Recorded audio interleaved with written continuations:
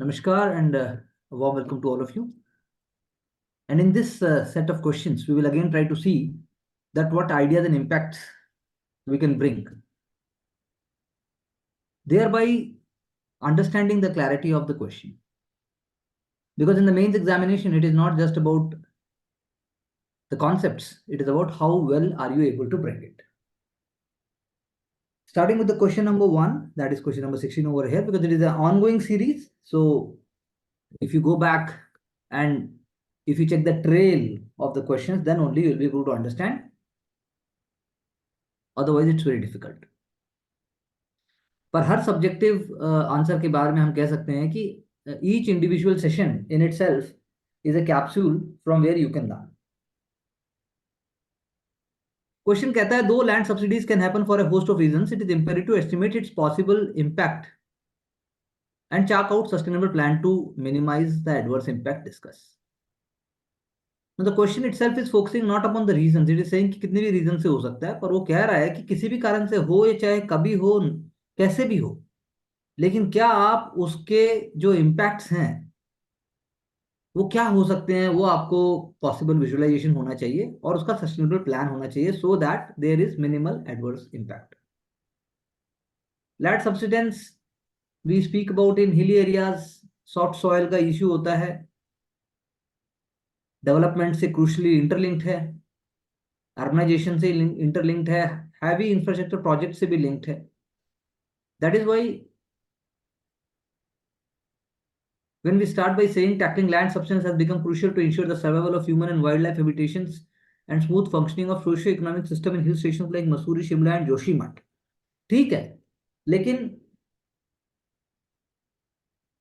ठीक है, it's a good critical beginning I would say. ठीक है, और एक वैसे स्टेटमेंट थोड़ा फॉर्मल हो सकता था, ब्रॉड हो सकता था. तो वर्टिकल सब्सिडेंस, इंक्लाइंड सब्सिडेंस दोनों बता दिए, रीजंस आपने बता दिए, नेचुरल, एंथ्रोपोजेनिक, ठीक है, डिफॉरेस्टेशन एंड अनप्लान्ड एक्सपेंशन है. Given the rising frequency and severity, तो population pressure is one of the most important definitely factors उसका, एंड लिमिटेड लैंड रिसोर्स. उसमें भी आपको बताना पड़ेगा. अगर आप ऊपर एग्जांपल दे रहे हो तो यहाँ भी आप बताइए कि जोशी मठ है, ये उसकी पॉपुलेशन डेंसिटी से ज्यादा है, या नैनीताल है, या मसूरी भी है. कैसे 200 साल से वो डेवलप हुआ, last 200 years. Now it is may be 4 times more than the actual plan जो उसका कैपेसिटी थी, कैरिंग कैपेसिटी से ज्यादा है. तो उससे स्पेसिफिसिटी आएगी, वोकैबुलरी हाई आएगी, ऑब्जेक्टिविटी आएगी. Emotional sentiments of inhabitants, houses are not just physical structures connected to childhood memories. तो अब ये सेकंड पॉइंट के बारे में तो हम इसकी बजाय आप कह सकते थे जो टाउन के स्ट्रक्चर्स हैं, जैसे यहाँ कैंटोनमेंट्स भी हैं बहुत सारे, they are also in hilly areas. और दूसरा हम जो बात करते हैं कि जैसे यहाँ पे बोला कि इमोशनल सेंटिमेंट्स ऑफ इनहेबिटेंट्स, ये थोड़ा सा couldn't connect well, लेकिन ठीक है, चलिए आगे.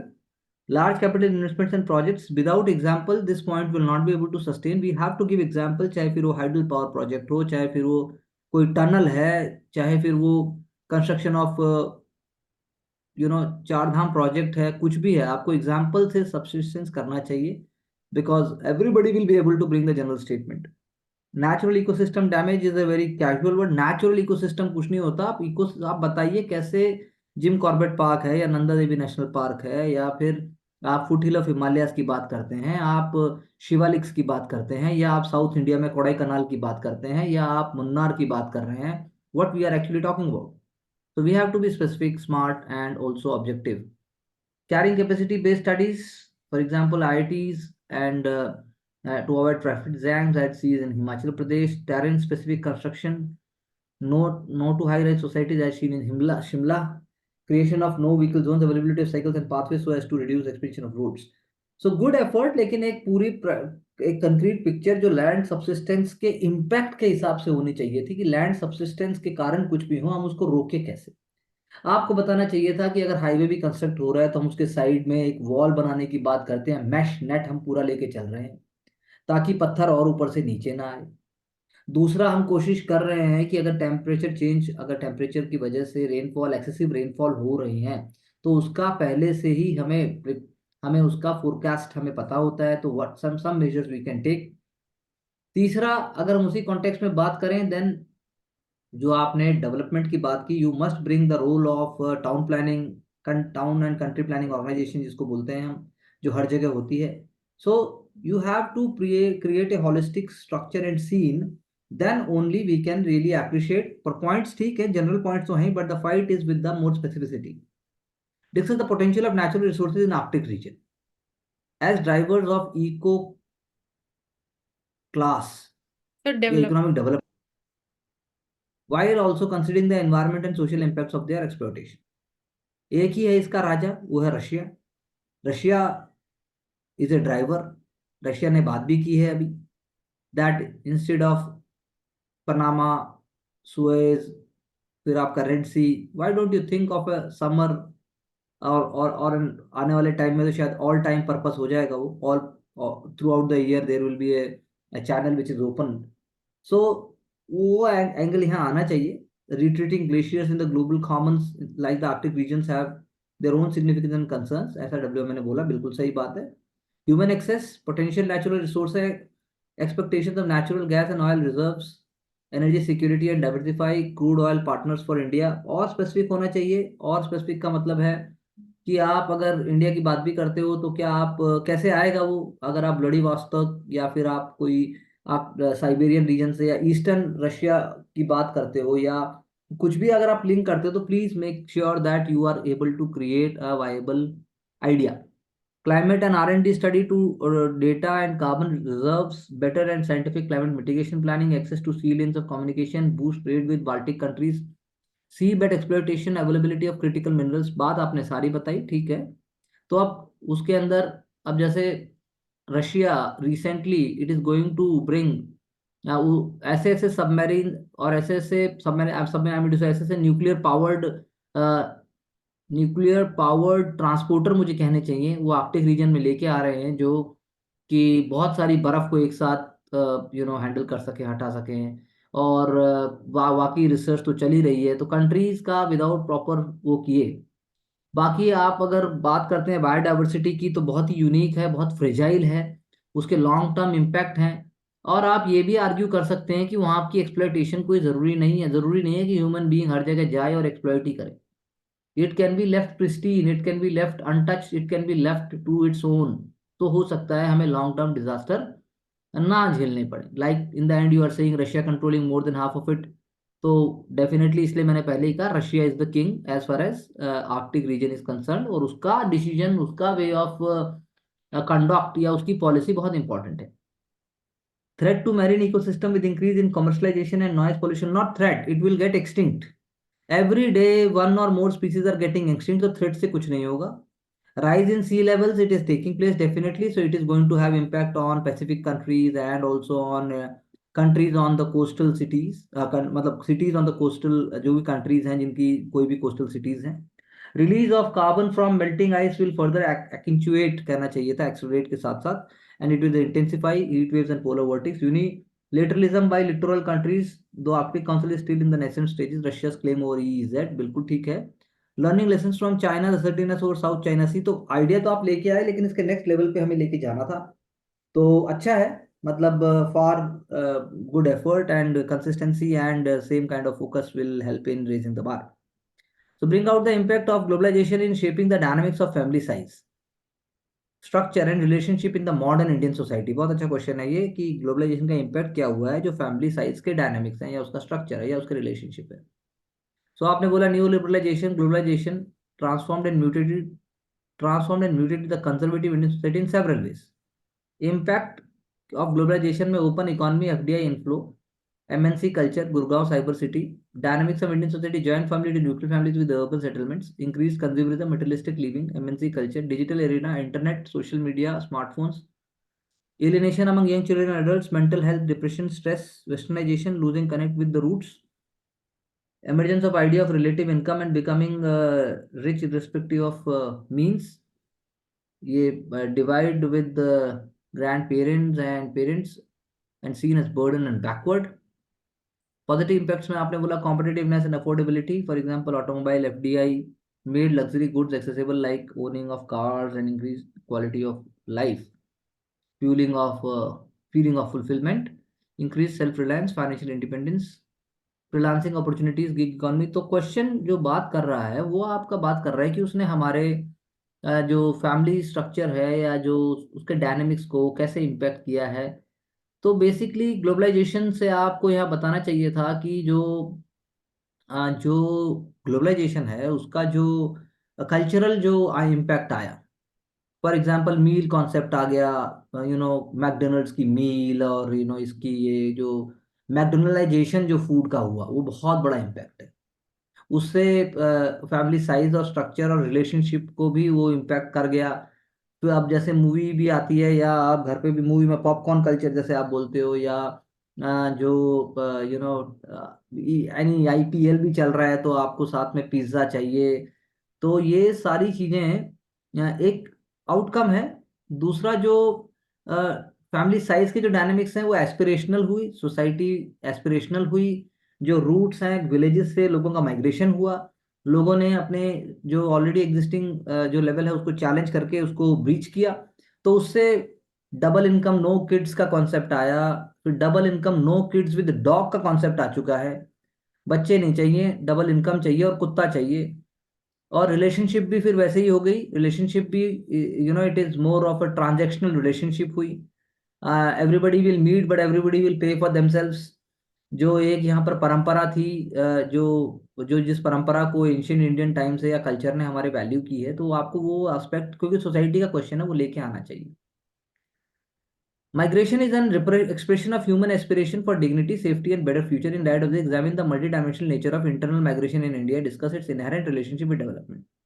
एग्जामिन करना है उसके मल्टी डायमेंशनल नेचर को। सबसे ज्यादा माइग्रेशन मैरिज की वजह से होता है, उसके बाद आपका बाकी सारे तरह से आता है। Marriage is one of the biggest factors. Marriage से माइग्रेशन होता है, डिस्ट्रेस माइग्रेशन होता है, एग्रीकल्चर की वजह से माइग्रेशन होता है। बाकी तो फिर पढ़ाई है और बाकी सारे एस्पेक्ट्स आ जाते हैं। और उसका इनहेरेंट रिलेशनशिप है डेवलपमेंट के साथ, we will just see that. तो bustling cities, urban spaces, exponential growth of real estate sector in has been possible because of internal migration. One of the factors है ये, आप ये नहीं कह सकते सिर्फ internal migration से हुआ है ये। The structural shift from rural to urban migration, formal jobs, but formal jobs तो वैसे ही बहुत थोड़ी हैं, better life and income, informal workers, MNC, corporate life, interdependent construction, domestic help. तो डोमेस्टिक हेल्प कोई बनना नहीं चाहता, लेकिन अब गांव में तो 10 रुपए भी नहीं है, तो यहाँ आके कम से कम आप दूसरे के घर में झाड़ू पोछा बर्तन करेंगे तो एक क्लास आ गई उसकी। वो करना कोई नहीं चाहता, लेकिन एक क्लास इमर्ज हुई जो सर्विस क्लास आप कह सकते हो, एंसिलरी सर्विसेज। फिर चाहे मैकेनिक है, डिलीवरी बॉय है, उसके बाद गार्ड है, उसके बाद पोर्टर है, ये सारा एक क्लास जनरेट हुआ। आप हॉकर हो। तो ये सारी बातें कोई करना नहीं चाहता, लेकिन अपने गांव में एजुकेशन अपॉर्चुनिटीज नहीं थी और उसके साथ साथ कोई भी और वायबिलिटी नहीं थी। आप कह सकते हो कि उन सब के कारण से जो है शहर का पलायन होना। आते अभी भी शहर में है, कमाते शहर में है, गांव में ही घर बनाएंगे, रहे चाहे शहर में। घर में गांव बनना चाहिए, अभी भी वो एक टेंडेंसी है। छुट्टी में गांव जाते हैं लोग, गांव के ही हैं शहर में रहने के बाद भी, वो एलिमेंट आपको देखना पड़ेगा। तो growth of secondary and tertiary sector, largest services exporter, surplus in BOP. तो कोशिश कीजिए कि जो सर सोसाइटी का क्वेश्चन है उसमें सोसाइटी के एलिमेंट ज्यादा आने चाहिए। जो अब लार्जेस्ट सर्विस एक्सपोर्टर अगर इंडिया बना भी है, तो आप कहिए कि उससे फिर एमएसएमई को या सेल्फ हेल्प ग्रुप को काम मिला। और वो काम मिलने के लिए मान लो 2 लोग शहर में आए, फिर 15 लोग आ गए, फिर पूरा का पूरा मोहल्ला आ गया और उन्होंने एक जगह रहना भी शुरू कर दिया। इस तरह से आपको इसको दिखाना पड़ेगा। तो सीजनल भी आपने बताया, higher income opportunities in cities. तो लेकिन इसका कॉन्सेप्चुअल क्लैरिटी और अच्छी होनी चाहिए, कॉन्सेप्चुअल क्लैरिटी हमारी बढ़नी चाहिए। डिस्टेंस माइग्रेशन डेफिनेटली है। North East students migrate to Delhi for higher education is not always distance migration. They have money, they have resources, and like everybody else coming to Delhi, they also want to come to Delhi. Not all, सिर्फ North East से आप नहीं कह सकते distance migration. फिर बिहार का क्या होगा? सारा बिहार और यूपी जो दिल्ली आया हुआ है उसको आप क्या कहेंगे? तो माइग्रेशन फ्रॉम बॉर्डर विलेजेस। अब तो बल्कि हम उल्टा कर रहे हैं कि बॉर्डर विलेजेस को हम तो प्रोग्राम चला रहे हैं, तो हम ऐसा नहीं कह सकते। आप इसको ऐसे ही स्लाइड में पोर्ट्रे नहीं कर सकते, बल्कि लोग अपने गांव में रहना चाहते हैं, गांव में ही रह के राजी हैं। माइग्रेशन का अपॉर्चुनिटीज से लेना देना है, सस्टेनेबिलिटी से लेना देना है। और अभी आप ये भी लिख सकते हैं कि with the coming of e commerce, with the coming of technology, with the coming of internet access, लोग अपनी जगह से ही कर रहे हैं, बल्कि चीजें चेंज हो रही हैं। तो रियल आप पिक्चर लेके आइए, आपके रियल पिक्चर से स्कोर आएगा, अदरवाइज बहुत दिक्कत होगी। So more bargaining power with employers in sectors like MSME and construction, regional inequality, maximum labor in India migrates to Tamil Nadu. Oh, you have to say this with certain data और illustration आप सिर्फ इसको बताइए, ऐसे मत, according to आपको बताना चाहिए, तब इसकी वैल्यू है।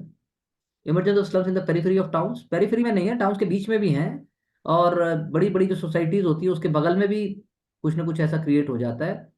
And you can't say them only increase in disease burden and crimes, तो हम हटा दीजिए उनको, तो सारी की सारी जितनी भी सोसाइटी वाली लाइफ है सब कोलैप्स हो जाएगी। सोसाइटी की लाइफ पूरी की पूरी, it is dependent upon the services being provided by the peripheral idea. तो ये जो आप कह रहे हैं कि डिजीज बर्डन और क्राइम सिर्फ उनकी वजह से हैं, बिकॉज वहां पे, मतलब ऐसे हम पोर्ट्रे नहीं कर सकते। आपको एक एम्पैथी के साथ साथ एक सेंसिटिव अप्रोच के साथ पूरा बताना पड़ेगा, तो आपके आंसर में कोई स्कोप बनेगा। Temporary migration supports pilgrim tourism, very true, this is true. So वो पूछ रहा था कि इंटरनल माइग्रेशन के क्या क्या डायनामिक्स हैं, और उसके बाद क्या उसके वो है, तो उस एंगल से आपको देखना पड़ेगा। यू कैन नॉट, क्योंकि मल्टी डायमेंशनल नेचर है माइग्रेशन का, जैसे कि है ना, जैसे मैरिज एक है, उसके बाद मैरिज के बाद आपको अगर आप एजुकेशन की बात करते हैं तो उसको आप, तो you could have created sections.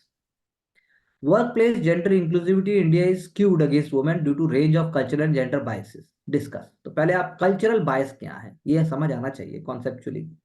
Women ऐसा नहीं करती, लड़कियां ऐसा नहीं कर सकती, लड़की ऐसा ही करती हैं, ये है कल्चरल और जेंडर बायस का बेस। जेंडर बायसेस में वही, जैसे मैंने आपसे बोला, कल्चरल बायस में every culture has their own way. हमारे यहाँ लड़कियां ऐसा नहीं करती, हमारे यहाँ तो लड़कियों से ये कराया जाता है।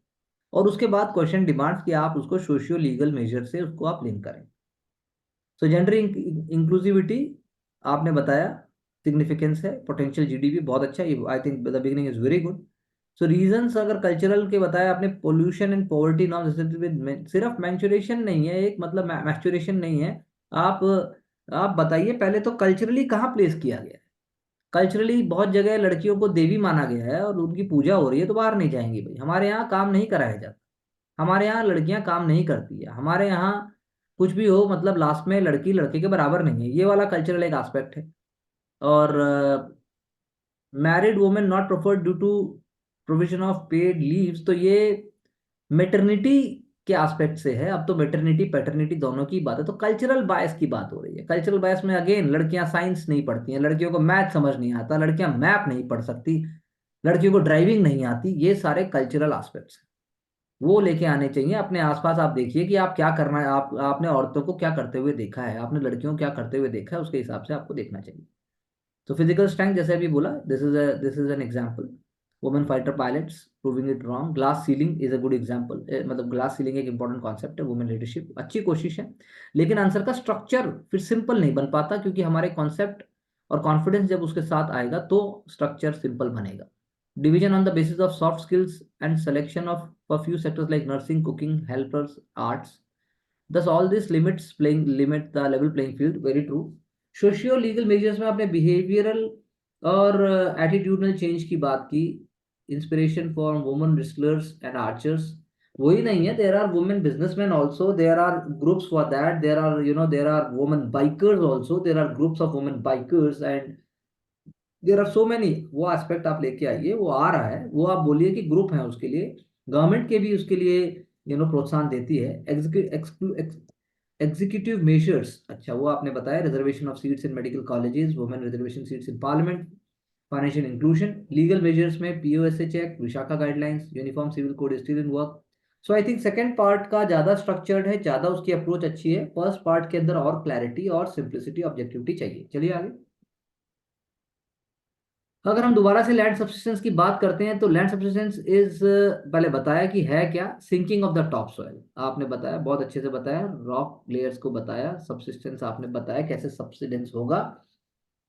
होस्ट ऑफ रीजंस, चलो ठीक है, सॉइल लिक्विडिफिकेशन, ओवर कंस्ट्रक्शन, डिफॉरेस्टेशन, बात खत्म हो गई, चलिए बहुत अच्छा। देयरफॉर इट इज इंपेरेटिव, अब क्या इम्पैक्ट की बात है, हाउ डिफॉरेस्टेशन इज रूइनिंग या रिमूविंग द बाइंडिंग इफेक्ट, बिल्कुल सही बात है, rapid urbanisation, high seismic activity, hydroelectric project, e-flow of water, making it unsustainable, thus land subsistence, uh, उसका लिंक एक ह्यूज डैमेज के साथ है पूरे रीजन में, लॉस ऑफ लाइफ, जैसा मैंने पहले कहा, bring something very very simple but an objective example, otherwise everybody without reading also can write these things. Mapping of landslide and subsistence region, land atlas बहुत अच्छा एग्जांपल है, this is a wonderful example ISRO का। फिर land use banks and make the gram sabha more autonomy regarding the land use pattern, this is also wonderful practical example. Separate EIA for Himalayan region and meeting different standards for building under RERA. This is also a good example. Now, these are practical examples. Sustainable economic activities, horticulture, green tourism, ठीक है चलिए, beam structure railing to avoid sinking, okay, and then assess the damage and retrofile the building, red brick etc. कोशिश अच्छी है।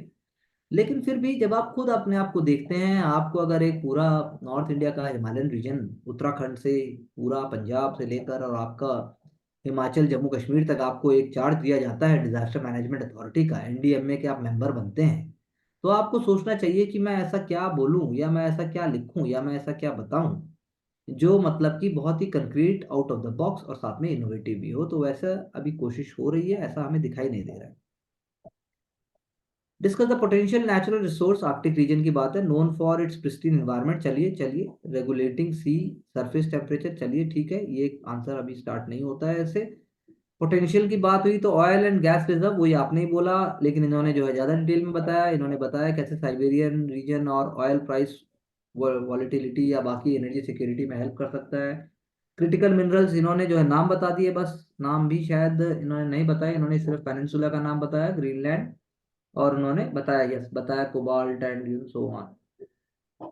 Alternate sea route is a good example, जैसे मैंने बोला था, for Europe Arctic eastern region port Vladivostok, it will create faster root.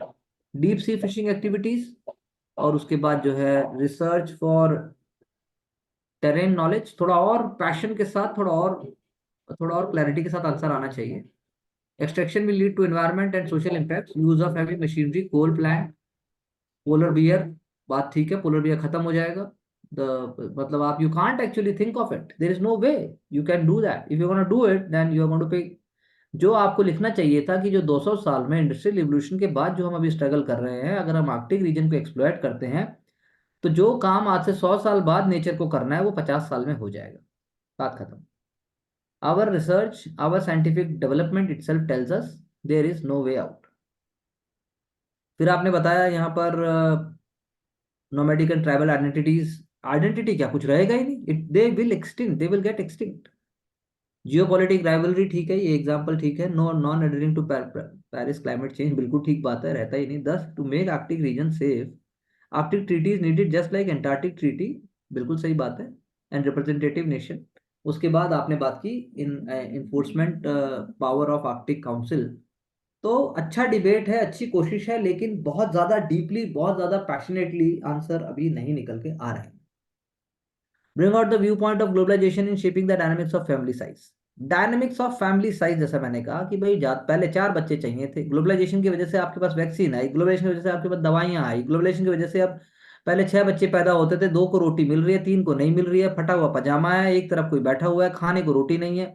उसके बाद भी हम चाहते थे जिए, तो मरना कोई बड़ी बात नहीं थी, भगवान मतलब ना करे, लेकिन फैमिली साइज इसलिए पहले बड़ा होता था, उसमें कोई मर जाता था, कोई बच जाता था। ग्लोबलाइजेशन की वजह से हमें एक्सेस मिला, ग्लोबलाइजेशन की वजह से हमें लाइफ का एक स्टैंडर्ड मिला, और उस स्टैंडर्ड के मिलने की वजह से फैमिली साइज अपने आप छोटा हो गया, सिक्योरिटी बढ़ गई, हेल्थ फैसिलिटी ज़्यादा बढ़ गई।